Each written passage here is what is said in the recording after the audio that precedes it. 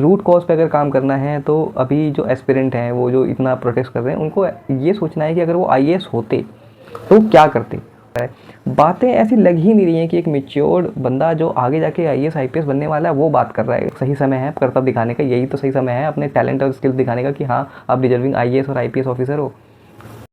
अभी आपने देखा होगा कि किस तरह से हंगामा मचा हुआ है, क्योंकि 3 जो यूपीएससी एस्पिरेंट्स हैं उनकी डेथ हुई थी, और उसके बाद से काफ़ी ज़्यादा जो है गुस्सा जो है स्टूडेंट्स का अपने टीचर्स पे निकल रहा है। जैसे अवध ओझा हैं और या फिर विकास दिव्य कीर्ति हैं, इन सभी लोगों पे बहुत ज़बरदस्त गुस्सा उनका निकला हुआ है। ठीक है, तो बीच में कुछ ऐसे टीचर्स भी हैं जो निकल कर आए उनकी सपोर्ट में, जैसे अमित हैं। वो कल मैं देख रहा था कि उनको एक आईपीएस ऑफिसर ने धमकी दी कि भाई मैं जो है यूपीएससी क्लियर कर चुका हूँ, तुम अभी क्लियर नहीं किया तो इसलिए मैं तुम्हारी सुनूंगा नहीं। ठीक है, तो मेरे को एक मेरे मन में बस एक सवाल है इन सब चीज़ों के बीच में जितना भी ये कुछ हो रहा है। देखिए, सबसे पहली चीज़ जो होती है कि एज ए यूपीएससी एस्पिरेंट ये सभी लोग आईएएस और आईपीएस ऑफिसर बनना चाहते हैं, और आईएएस और आईपीएस ऑफिसर से जिनसे भी इनका सामना होता है उससे एक टकराव जैसी सिचुएशन को पैदा करते हैं ये लोग। और क्या कभी अपने मन में ऐसा सोचा है कि अगर वो आईपीएस या आईएएस होते तो इस सिचुएशन को हैंडल कैसे करते। जैसे कि अभी जो सभी को निकल के आ रहा है, जब न्यूज़ वाले हों या कितने भी यूट्यूब पे जितनी भी वीडियोज़ वाले जो डाल रहे हैं, सभी लोग ये चीज़ को एग्री करते हैं कि जो एमसीडी है वो वाटर को जो लॉगिंग है उसको प्रिवेंट करने में वो बेसिकली सक्सेसफुल नहीं हो पाई, वो अपना काम ठीक से नहीं कर पाए। अब बाद में राओस स्टडी सर्कल को ये कह दिया गया कि उन्होंने जगह घेरी हुई थी एक्स्ट्रा, जिसकी वजह से जो है निकासी नहीं हो पा रही थी। ठीक है, तो उस पर उन्होंने बुलडोजर चला दिया, उस जगह को तोड़ा उन्होंने। बट सवाल ये भी तो है कि ये काम पहले अगर हो गए होते तो वो 3 लोग नहीं मरते। ठीक है, तो सिचुएशन अब यहाँ पे है कि जैसे जब एक आईएएस ऑफिसर या फिर एक आईपीएस ऑफिसर सोचेगा तो इस प्रॉब्लम की जड़ पे काम करने की कोशिश करेगा, ना कि ये कि भी वो पर्टिकुलर जो इंसिडेंट हुआ है उसके ऊपर बस ज़बरदस्त तरीके से एक्शन हो जाए। अगर हो भी जाता है और जड़ से उस रूट कॉज को, अगर उस प्रॉब्लम्स को सॉल्व नहीं किया जाता है, तो आगे तुम्हें नहीं लगता कि ये जो प्रॉब्लम है इसका कोई सोल्यूशन निकलेगा नहीं, चाहे कितना भी शोर मचा लिया जाए। अब जैसे कि मैं एक एग्जांपल के तौर पे देखूंगा कि अगर एक आईपीएस ऑफिसर या कोई एक डीएम होता है उस एरिया का, तो वो ये सोचेगा कि चलिए एक ये इंसिडेंट की वजह से एक थोड़ी सी पोल खुल गई सिस्टम की, कि सिस्टम जो है वो ठीक से काम नहीं कर रहा है। अब वो बाकी चीज़ों भी देखेगा। अब आप ये देखिए कि यहाँ दिल्ली में कितने सारे जो है अनऑथराइज्ड जो है घर बने हुए हैं, जिसपे कोई नक्शा अथॉरिटी से पास नहीं किया हुआ है, वो अपनी मर्जी से कुछ भी बना दिया उन्होंने, जहाँ मर्जी जैसे तैसे जगह घेर रखी है, कुछ भी कर रखा है। ठीक है, अब क्या एमसीडी या फिर कोई डीएम या फिर कोई आईएएस ऑफिसर या फिर कोई आईपीएस ऑफिसर क्या इस बात का वेट करेगा कि पहले भूकंप आए, 1-2 लोग दब के मर जाएं घर में, तब जाके जो है आंखें खुलेंगी, फिर जब लोग बाहर आएंगे तब हम एक्शन लेना शुरू करेंगे।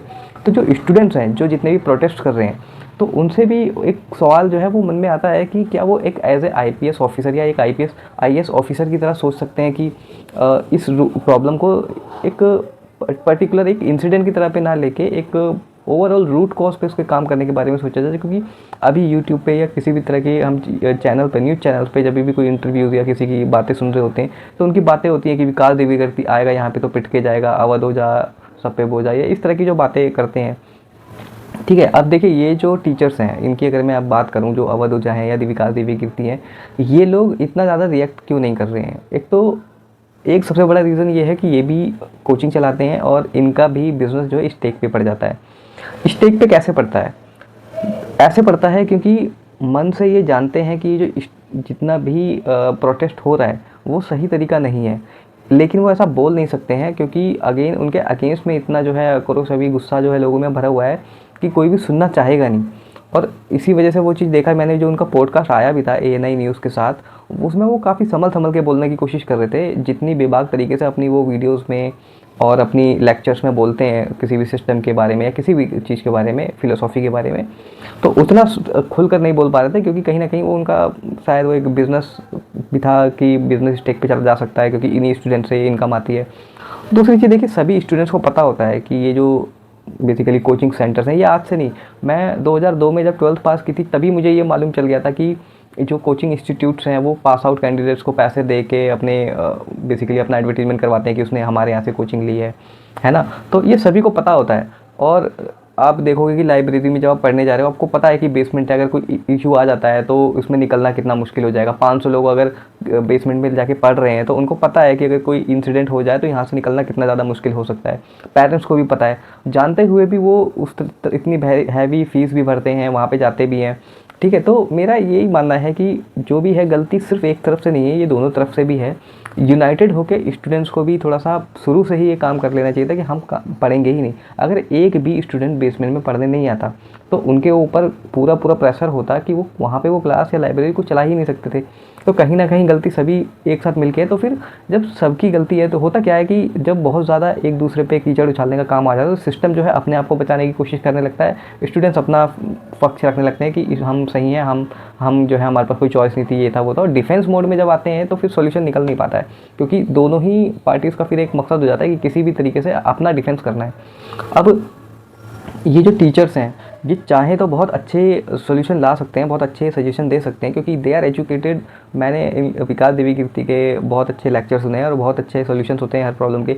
हिंदी मीडियम और इंग्लिश मीडियम से रिलेटेड जो भी इशू चल रहा था उन्होंने गवर्नमेंट के से काफ़ी कुछ समय पहले, अगर आप देखा होगा, गवर्नमेंट के साथ बात उठाई भी थी अपने स्टूडेंट्स के लिए। तो सही तरीका उन्हें बहुत अच्छे से मालूम है कि ये जो प्रोटेस्ट है, ये जितनी तेज़ी से ये मामला ऊपर गया है वो उतनी ही तेज़ी से नीचे आ जाएगा। 2-3 महीने के बाद सब ठंडा पड़ जाएगा, कोई किसी को याद भी नहीं रहेगा कौन क्या हुआ था। रियलिटी यही है। तो रूट कॉज पे अगर काम करना है तो अभी जो एस्पिरेंट हैं वो जो इतना प्रोटेस्ट कर रहे हैं उनको ये सोचना है कि अगर वो आईएएस होते तो क्या करते। तो जब वो उनको जब सॉल्यूशन मिलेगा कि वो उन्हें ये करना चाहिए था, वो उसी तरीके से अगर वो एक्ट करते हैं तो समझ में आएगा। क्योंकि अभी जो बातें कर रहे हैं ना, जिस तरह से गुस्से की, वो आप टीचर्स को पीट देंगे, हम ऐसा कर देंगे, वैसे कर देंगे, मुझे ऐसी तो ज़रा सी भी वाइब्स नहीं आ रही कि ये लोग आगे चल के आईएएस बनने के लायक भी हैं, आईपीएस बनने के लायक है। वो तरीका ही सही नहीं लग रहा। बाकी ये है कि ये मेरी अपनी राय थी और आपका क्या सोचना है आप मुझे बताना, क्योंकि ये ना बहुत इंपॉर्टेंट इशू है। क्योंकि ऐसा माना जाता है कि करीब करीब 12 लाख कैंडिडेट्स बैठते हैं, उसमें से कुछ हज़ार ही सिलेक्ट होते हैं। मैं इतना गारंटी से बता रहा हूँ कि जो कंपटीशन होता है वो 12 लाख के बीच में तो नहीं होता होगा। मुश्किल से जो टॉप क्रीम क्लास होती होगी, 50,000 या 60,000 जो टॉप होते होंगे, उसमें असली कंपटीशन होता होगा। और वो जो 50,000 होंगे ना, या इवन मैं शुरू के 2-3 लाख भी मान लूँ, वो भी इस प्रोटेस्ट में शामिल नहीं हुए होंगे, क्योंकि थॉट प्रोसेस में बहुत फ़र्क नज़र आ रहा है। बातें ऐसी लग ही नहीं रही हैं कि एक मैच्योर्ड बंदा जो आगे जाके आईएएस आईपीएस बनने वाला है वो बात कर रहा है। इनकी बातें सुनने में कोई डेप्थ नज़र नहीं आ रही है। बस ये है कि बस आ जाओ टीचर, आ जाओ, हम तुम्हें पीट देंगे, हम तुम्हें फोड़ देंगे, हम ये ऐसा होना चाहिए, कहाँ है टीचर, कहाँ छुपे बैठे हैं, कितनी बड़ी बड़ी बातें करते हैं। अरे भाई, जब तुम आईएएस आईपीएस बन जाओगे तुम्हें भी बड़ी बड़ी बातें करनी होगी। बात बात पे तुम भी रोड पे नहीं आ पाओगे बैठ के, ठीक है। तो तुम्हें भी बातें ही करनी पड़ेंगी और सॉल्यूशन अल्टरनेटिव निकालने पड़ेंगे। सिस्टम से इतनी अचानक से बड़े बड़े बदलाव नहीं होते हैं। अभी मैं सिंपल सी बताऊं, अगर एमसीडी अगर सही तरीके से अभी काम करने पे आ जाए तो पूरी दिल्ली साफ़ हो जाएगी। 60-70% मैदान बन जाएगा, क्योंकि ज़्यादातर घरों लोगों ने कोई नक्शा पास नहीं, अपनी मर्ज़ी से जैसे तैसे आड़े तिरछे बना रखे हैं। कोई स्पेस नहीं दे रखा, ना बालकनी के लिए, ना किसी तरह का कोई वेंटिलेशन दे रखा है। क्योंकि नक्शे में, अथॉरिटी के जो नक्शा होता है ना, उसमें ये होता है कि अगर आपका 100 गज पे प्लॉट बनाए ना तो 15% आपको वेंटिलेशन के लिए छोड़ना पड़ेगा, चाहे वो बालकनी की सोर्स फॉर्म में हो, चाहे वो वेंटिलेशन की एक शाफ्ट हो, कुछ भी हो। ऐसा कुछ भी नहीं कर रखा है लोगों ने। आधा धुंध छोटे कमरे पे कमरे लगा रखे हैं, अंधे एकदम, जिसमें कोई अंदर एक हवा नहीं जा सकती, कि अगर आग भी लग जाए बंदा तो निकल ना पाए, ऐसी ऐसे घर बना रखे हैं। और ये रिस्पॉन्सिबिलिटी होती है अथॉरिटी की कि जब तक नक्शा पास ना हो, जब तक अप्रूव ना हो, वो घर उस तरह का बने नहीं। अब लोग उस समय खुद रिश्वत दे के अथॉरिटी वालों को भगा देते हैं, और ठीक है, बाद में यही लोग जो है धरने पे, अभी एक आदमी कोई मर जाएगा तो यही लोग धरने पे बैठेंगे और ये बोलेंगे कि अथॉरिटी ने अपना काम ठीक से नहीं किया। अरे भाई, जब तुम अपना घर बना रहे थे, जब रिश्वत बांट रहे थे हैं, तब तुम्हें नज़र नहीं आया था कि क्या रिस्क हो सकती है। तो मैं सिर्फ इतना बता रहा हूँ कि ये बहुत बेफालतू की बातें हैं, फालतू का ड्रामा है। रियलिटी यही है कि हम सब जिम्मेदार हैं ये जो कुछ भी हुआ। और अगर सिस्टम को सही में सुधारना है तो शुरुआत में सिस्टम के ऊपर एक रूट कॉज लेवल पे काम करना पड़ेगा। ये सब बातें नहीं है।